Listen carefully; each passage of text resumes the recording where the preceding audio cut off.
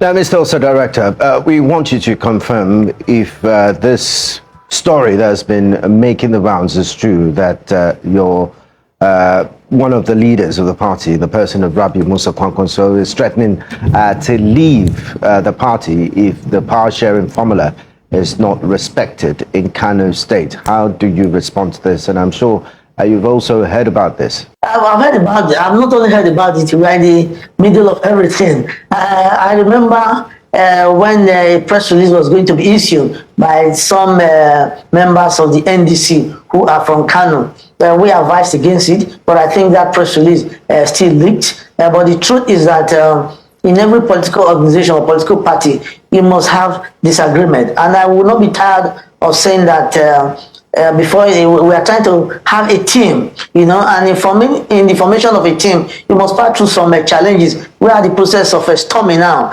when there are differences and there are conflict, which at the end of the day, we are open and sincere about confronting it with everybody being carried along. But the truth is that there is no truth in the statement that His Excellency Engineer Dr. Rabi Musa Kwankwaso is threatening to lead the NDC. No, that is far from it. Those are just media conjectures and rumors which have been intensified by those who want to see the NDC combo, by those who are envious of the great stature of NDC as the political bride of Nigeria today. So our His Excellency, our leader, Engineer Dr. Rabi Musa Kwankwaso, has not and is not threatening to leave the NDC. But the truth is that just as you have in Kano, you also have in other places where people are still reconciling, you know, the candidates that will fly a flag. But you know that we, by virtue of Section 84 of the Electoral Act, we only have 2 means of electing candidate: consensus and direct primaries. And in areas where we are unable to have a consensus, the people went to the field for direct primaries. And when people lose, naturally, they will give you their own version and side of the story that suits them, that, oh, they actually won and all that. So we're in the process of collating all this, and we are very, very happy that we have a strong leader in the person of Rabi Musa Kwankwaso, who also is leading an organic movement over the years that has transcended beyond the boundaries of Kano and now been given a national image and a platform. So we are collaborating with him. The leadership of the party is on top of the matter to reconcile not only that of Engineer Rabi Musa Kwankwaso in Kano, but in other states that will have challenges. But firmly speaking and truthfully speaking, Engineer Rabi Musa Kwankwaso, His Excellency, has not and is not threatening to lead the NDC. Okay, but just, so, I mean, still, seeing we're in the spirit of debunking and shedding light to some misconceptions, is it also true, is there any truth to the fact that Senator Seraki Dixon rejected the NDC members from Kano State that were part of the Kwankwasia movement, and that he directed Rabi Musa Kwankwaso to stick to the 60-40 sharing formula for the Kwankwasia between the Kwankwasia movement and the old NDC members? This is one issue of the local government. So far we calculated and we counted everybody available on ground, which means Obasanjo have 1,928 votes and the Akachi 157 votes. Great. So this is it. Thank you very much. My name is Christine. I'm one of the executive members in Ethiopia. Thank you very much. From my report, the winner is Rotimi Obasa. Okay, so we're told that the lady in that video is the one that was sent in by who? The NDC? No. So the lady you saw in that video was, so the NDC electoral chairman started the count at the first time. So he was doing on the counting for us. You would have seen where people, in most of the primaries you see where it's counted 1, 2, 4, 5,000 like that. But in our own case, you counted 1, 2, 3, skip like 10 and moved to 4. And so, of course, I wasn't there. I was seated somewhere, and these people screamed. We just noticed people were screaming, and we walked closely, and they mentioned that, hey, this guy is on the counting. So there was a decision amongst them to say, okay, I know this lady and this other guy. I'm going to delegate to them to be counted, but I'm right there. So he was right there with them. Then they say electoral chairman was right there. Apparently, they've given him instructions that you must not write that result. Who gave him? How do you know about the giving him of this instruction? Or is this speculative? This is not speculative. And why did we say it's not speculative? One, the LG chairman accurately claimed that, oh, I am working for Madam Dayo Ekong. He mentioned it clearly, that he's working for Dayo Ekong. When you look at what happened, you know, what they're claiming is that there was violence. Did you see anything like violence? If you watch that video all to the end, there was nothing like violence there. There was no, the talks that were to disrupt the election never did.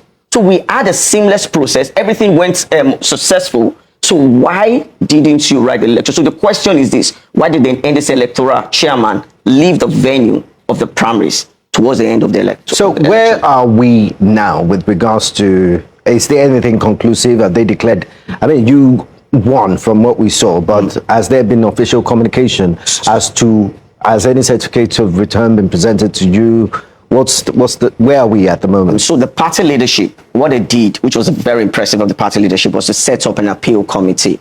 And the whole idea was for us to present our case. We presented our case, we showed some of the videos, and you saw people who actually were testifying that they were at the ground of the primaries, and this was what happened. And I think they've given out the report, they've submitted the report to the party leadership. What we expect from the party leadership is this. At the National Executive Council meeting, one of the decisions was that they will adopt the primaries result. And number two was to ratify the decisions of the appeal committee. I strongly feel that the first step to transparency, which is one of the things that we have as the ethos of the Nigerian Democratic Congress, is to make that transparent. Can we see what the appeal committee, what's the report from the appeal committee, okay? And execute that, because that was ratified at the National Executive Council meeting, okay? Then we can now move to the next stage of, okay, do people want to seek legal address, or what are the things that we want to look at? Make it transparent. Let's see what the appeal committee has as a position in their report. This party just carried out primaries within less than 24 hours ago. Yes. How is it? I'd say that it was okay, but it had its own challenges, which I hope that the party itself will address. But overall, I would say okay. It was okay. But they have to address the challenges inside. What kind of challenges are you referring to? You see people complaining of irregularities, right? I feel those are challenges they should address. Who are those people that brought irregularities in? I wouldn't know if I wouldn't know the exact person who brought in the irregularities, but like I said in my personal video, I've just realized that we have Julius Abure in every political party, so there must always be the Judas inside any gathering of good people. So for the irregularities you saw, or I'm confirming, I'm sure a bad person did it. However, I'm trusting NDC to address the situation. As it is now, is there still confidence in the party? 100% confidence. We are not party people, we are people. And the reason why we are in this party is because of Peter Obi. As long as the driver knows how to drive, we are sure of getting to the destination. Do you expect some people working against the party? I don't expect any sane Nigerian to work against the party. I don't expect any sane Nigeria to work against the Peter Obi candidacy, except you don't mean well for your children. So, grievances or not, we must put it aside and focus on the main goal, which is fixing Nigeria from the top. So some of their aspirants are looking at the amount, each amount spent to get to that point, and at the end of the day got disappointed with the irregularities. If you think anybody has siphoned money from you, I think it's an act of fraud. Go to the EFCC and report. There are rooms for litigation, I'm sure. However, because of what you've said and what I think the party is watching right now, I'm sure they will address these grievances. And you, for one, would confirm that of all primaries that be conducted in recent times, the NDC so far has still been one of the best. Right? Are you sure? I'm asking you. You are the reporter, so with the reports you've gotten, don't you think the NDC, you're a reporter, don't you think the NDC primaries is still one of the best so far? You are confirming that? I'm asking. Nigerians have confirmed that. I'm not saying it's void of irregularities, but I'm saying with all you have seen, don't you think NDC primaries is one of the best or the best? If you had to rate in 100%, or what will you rate the party that just came up? I will allow the aspirants or candidates rates. Because the party is new in the system. Yes. But the players in the system are not new. We have a lot of new people too. We might have one or two old persons there, but we have a lot of new people, youths who are now interested. What should we be looking at for as soon as possible now? Oh, heated campaigns, door-to-door campaigns. We're going to be going around, we're going to be spreading the word, the OK movement, the obedient movement, the Kwakwasia's movement. Every movement in Nigeria that speaks for a better Nigeria is going to stand up now, because clearly we now have headsway. We've been waiting for this moment, the moment where Peter Obi is certified as the true candidate of NDC for the presidential ticket and Kwakwaso the vice president. Now we have gotten it. Work starts. 40 million votes for Peter Obi and Kwakwaso 2027. Inshallah. If you are to divide the votes, how many are you expecting from the south and from the north? How many? I'm expecting 100% votes across the nation. Like I said in my other interview, hunger has done more mobilization than we. You know, hunger has united all of us. So this is not about north and south. This is about hunger. This is about surviving. This is about insecurity. It's about healthcare. It's more than north and south right now.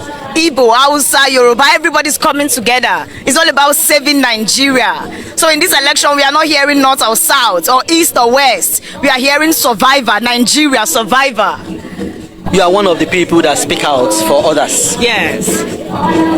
There is accounting for those that were kidnapped in Oyo, including the beheading of a teacher ahead of them. Yes. What do you have to say as It's regards terrible. It is terrible. It's the state where we now find ourselves, where people be beheaded and the country is calm. It is heartbreaking. It is terrible, and my heart goes out to all the families, the Oyo State government, the Nigerian federal government. We hope that they sit up and do something fast to sabotage, to fix this situation. It's really terrible and heartbreaking.